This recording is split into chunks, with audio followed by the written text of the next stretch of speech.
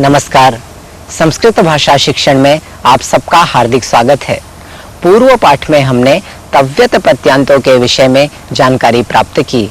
इस पाठ में अनियर प्रत्यांतों के विषय में सीखेंगे। नमो नमः। नमो नमः। संस्कृत भाषा शिक्षणे भवतां सर्वेषां हार्दं स्वागतम्।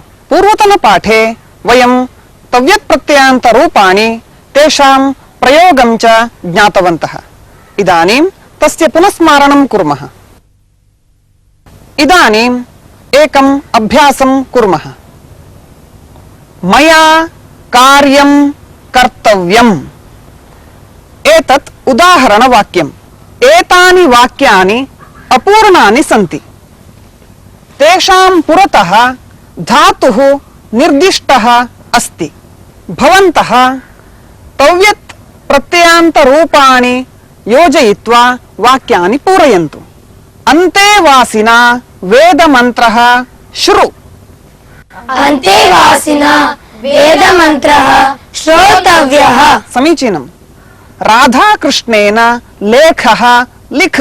राधाकृष्णेन लेखः लेखितव्यः। उत्तमम्। तेन आत्मदोषः ज्ञा। तेन आत्मदोषः ज्ञातव्यः। धनिना दानं कृ। धनिना दानं कर्तव्यः। धनिना दानं कर्तव्यम्। धनिना दानं कर्तव्यम्। छात्रेण नियमः स्मृ।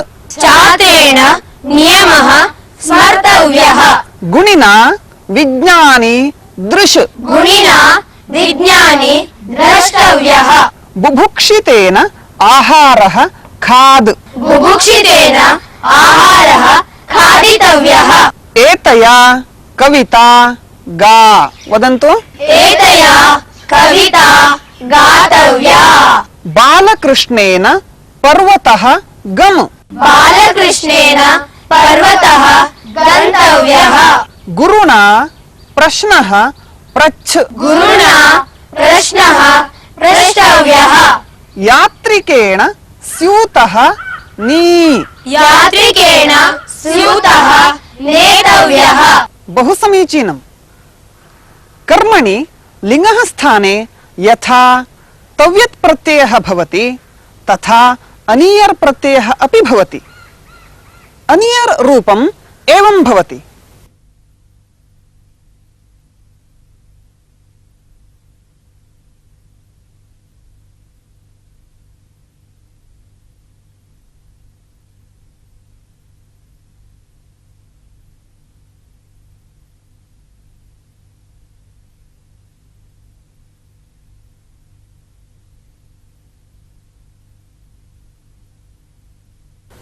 करणीयं, पठनीयं, स्मरणीयम् इत्यादि। इदानीम् अहं कानिचन क्रियापदानि वदामि। भवन्तः तेषाम् अनियर् प्रत्ययान्त रूपाणि वदन्तु। वदति वदनीयम्। समीचीनम्।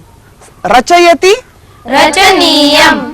स्मरति स्मरणीयम्। खादति खादनीयम्। प्रक्षालयति प्रक्षालनीयम्। सूचयति सूचनीयम्। निन्दति निन्दनीयम्। पश्यति दर्शनीयम्। दर्शनीयम्। दर्शनीयम्। भक्षयति भक्षणीयम्। पीडयति पीडनीयम्। पिबति पानीयम्। क्रीडति। क्रीडनीयम्।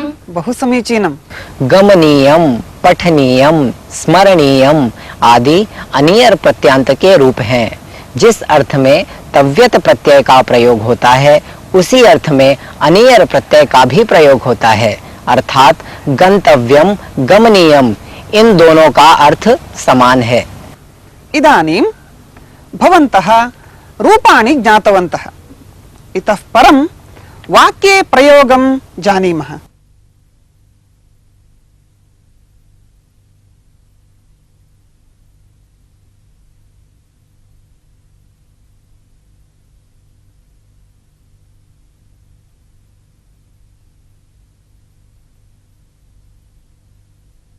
अत्र सेवकेन करणीयम्, बालकेन पठनीयम्, महिलया स्मरणीयम्, कपिना खादनीयम्, अर्चकेन पूजनीयम्। एतादृशवाक्यानि भवन्तः वदन्तु। भवती वदतु। लेखकेन लेखनीयम्, सख्या गानीयम्, नागेन्द्रेण स्मरणीयम्, मया गमनीयम्, अध्यापकेन शिक्षणीयम्, सर्वैः ज्ञानीयम्, अस्माभिः क्रीडनीयम्, बालकेन चिन्तनीयम्, गुरुणा पाठनीयम्, मात्रा आनीयम्, पिता वदनीयम्, पित्रा वदनीयम्। समीचीनं वदतु। पित्रा वदनीयम्, त्वया वदनीयम्, सखीभिः गमनीयम्। अनियर प्रत्यांत के प्रयोग में कर्तृवाचक शब्द में तृतीया विभक्ति होती है। यह आपने उदाहरण सहित देखा है। इदानीं कर्मसहितवाक्यं पश्यामः।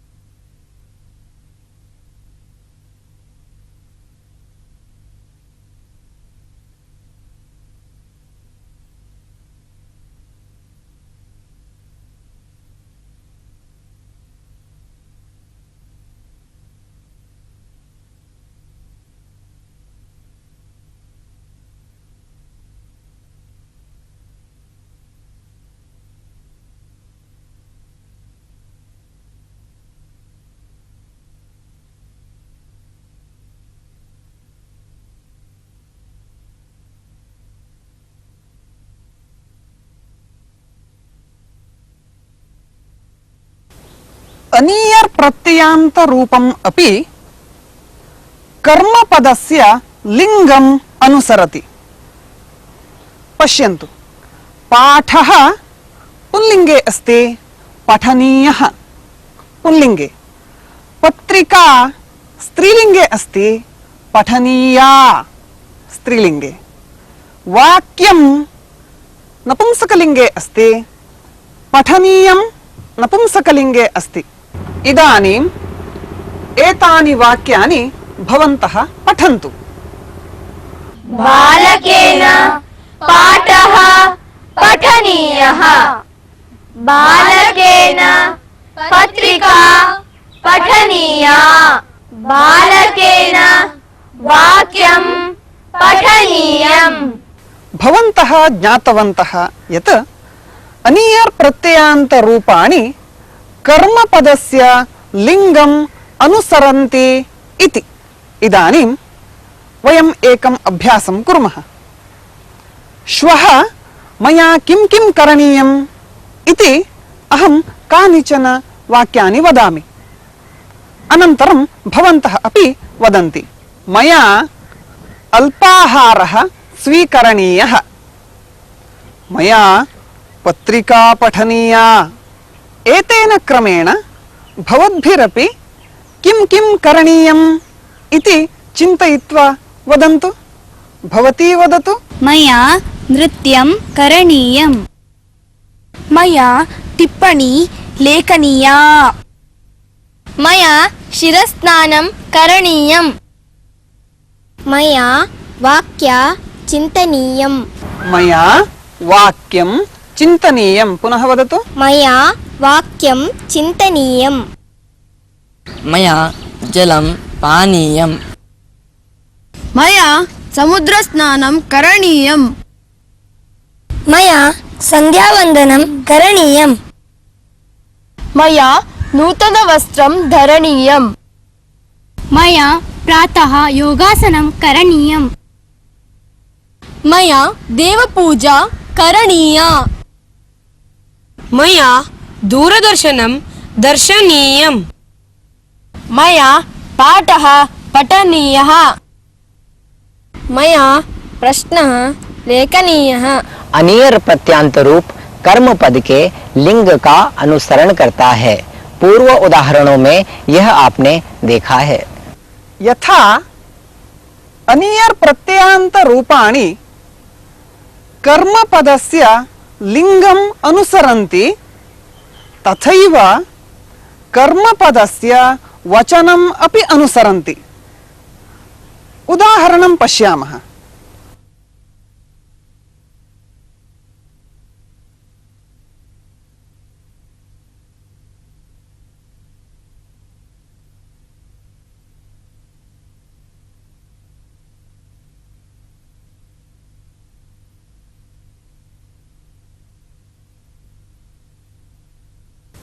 अत्र पश्यन्तु, बालकेन पाठः पठनीयः। बालकेन पाठौ पठनीयौ। बालकेन पाठाः पठनीयाः। पठन्तु। बालकेन पाठः पठनीयः। समीचीनम्। बालकेन पाठौ पठनीयौ। बालकेन पाठाः पठनीयाः। इदानीम् एतानि वाक्यानि शृण्वन्तु। कर्मपदं स्त्रीलिङ्गं भवति चेत् वाक्यानि एवम्। गोविन्देन वार्ता पठनीया। गोविन्देन वार्ते पठनीये। गोविन्देन वार्ताः पठनीयाः। तथैव कर्मपदं नपुंसकलिङ्गं भवति चेत् वाक्यानि एवं भवन्ति। तरुणेन चित्रं दर्शनीयम्। तरुणेन चित्रे दर्शनीये। तरुणेन चित्राणि दर्शनीयानि। इदानीं वयम् एकम् अभ्यासं कुर्मः। अहं कानिचन वाक्यानि वदामि। एतेषु वाक्येषु कर्मपदम् एकवचनान्तं भवति। भवन्तः बहुवचने परिवर्त्य वाक्यानि पुनः उच्चारयन्ति। तया श्लोकः लेखनीयः। तया श्लोकाः लेखनीयाः। पूजकेन देवः अर्चनीयः। पूजकेन देवाः अर्चनीयाः। सज्जनेन दुर्गुणः त्यजनीयः। सज्जनेन दुर्गुणाः त्यजनीयाः। महिलया शाटिका धरणीया। महिलया शाटिकाः धरणीयाः। बालिकया वाटिका गमनीया। बालिकया वाटिकाः गमनीयाः। नाविकेन नदी तरणीया। नाविकेन नद्यः तरणीयाः। हरिणा लेखनी स्वीकरणीया। हरिणा लेखन्यः स्वीकरणीयाः। रजकेन वस्त्रं प्रक्षालनीयम्। रजकेन वस्त्राणि प्रक्षालनीयानि। स्वामिना कार्यं चिन्तनीयम्। स्वामिना कार्याणि चिन्तनीयानि। धनिकेन रूप्यकं गणनीयम्। धनिकेन रूप्यकाणि गणनीयानि। अनियर प्रत्यांत रूप कर्म पद के वचन का भी अनुसरण करता है। इसका उदाहरण आपने अभी देखा है। वचन परिवर्तन का अभ्यास भी आपने देखा है। एवंच तव्यत् प्रत्ययान्तानाम् अनियर प्रत्ययान्तानां च रूपे भेदः अस्ति। तथापि अर्थस्तु समानः एव।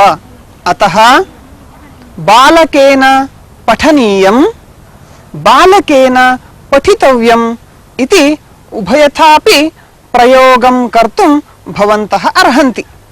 वयम् इदानीम् एकं सुभाषितं शृण्मः।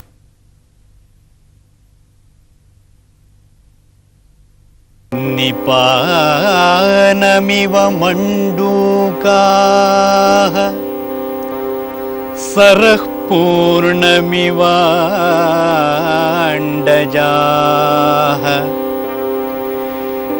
निपानमिव मण्डूकाः सरः पूर्णमिवाण्डजाः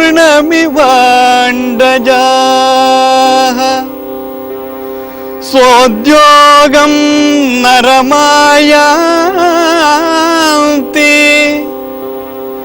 सोद्योगं नरमायान्ति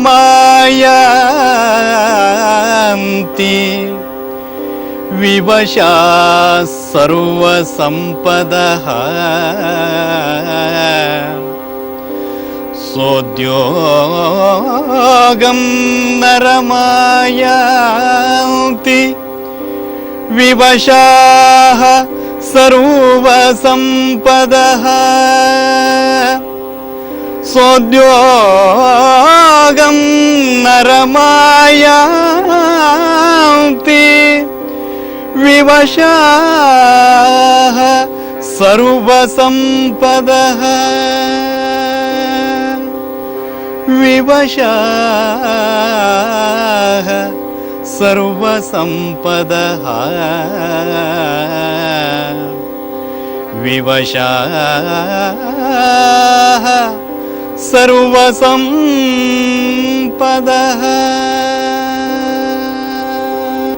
निपानमिव मण्डूकाः सरपूर्णमिवाण्डजाः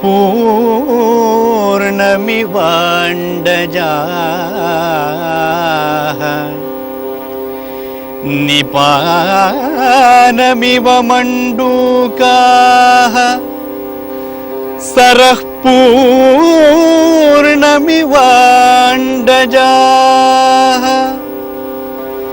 सोद्योगं नरमायान्ति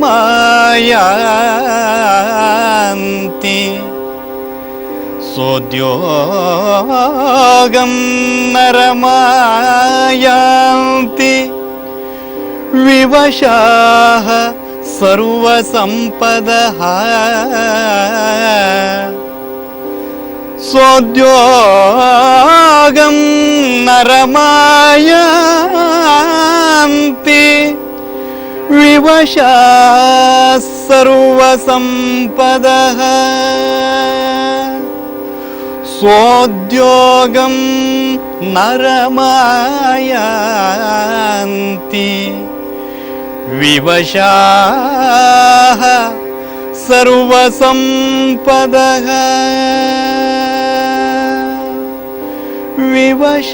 विवशाः सर्वसम्पदः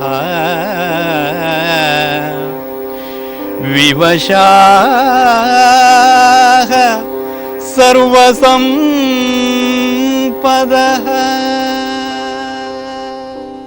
अस्मिन् सुभाषिते पुरुषप्रयत्नस्य महत्त्वं वर्णितम् अस्ति। मण्डूकाः स्वयमेव जलस्थानं गच्छन्ति, पक्षिणः स्वयमेव सरोवरं गच्छन्ति, तथैव सर्वाः सम्पत्तयः उद्योगशीलं पुरुषम् उपगच्छन्ति इति। सुभाषित का अर्थ, मेढक स्वयं ही जल स्थान पर जाते हैं, पक्षी भी जल पीने के लिए स्वयं ही सरोवर में जाते हैं। इसी प्रकार सभी प्रकार की संपत्ति उद्यमशील मनुष्य के पास स्वयं ही आ जाती है।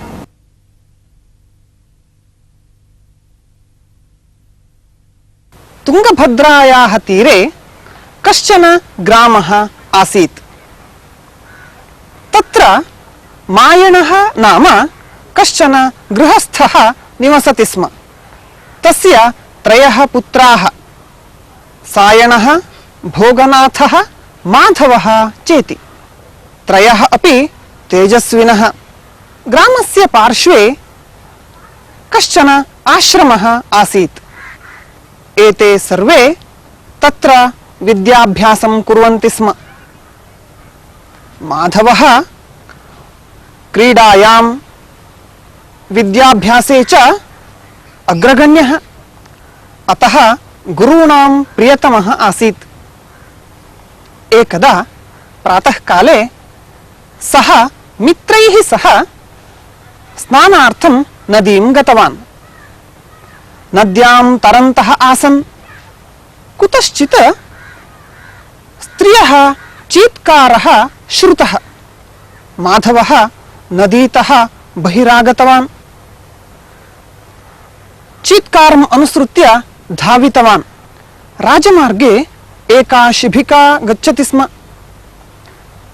शिबिकां परितः यवनसैनिकाः आक्रमणं कर्तुम् उद्युक्ताः आसन्। शिबिकायाम् एका तरुणी आसीत्। सा तं चीत्कारं कुर्वती आसीत्। माधवः चिन्तयति, किं करवाणि इति। तस्य हस्ते किमपि आयुधं नास्ति, निरायुधः। सः तत् अविगणय्य तेषाम् उपरि मुष्टिप्रहारं कृतवान्। स्त्रियं रक्षितवान्, किन्तु यवनसैनिकाः तस्य उपरि प्रत्याक्रमणं कृतवन्तः। किन्तु धीरः माधवः, तस्य समीपे कश्चन सैनिकः आसीत्। तस्य हस्तात् खड्गम् आकृष्टवान्। एतेषाम् उपरि आक्रमणं कृतवान्। द्वित्रान् यवनान् मारितवान्। अन्ये यवनाः पलायनं कृतवन्तः। माधवः भयकम्पितां तां गृहं प्रापितवान्। स्वयम् आश्रमम् आगतवान्। युद्धसमये तस्य शरीरं क्षतविक्षतम् आसीत्। तदा गुरुः पृष्टवान्, किं सञ्जातम् इति। माधवः सर्वं निवेदितवान्।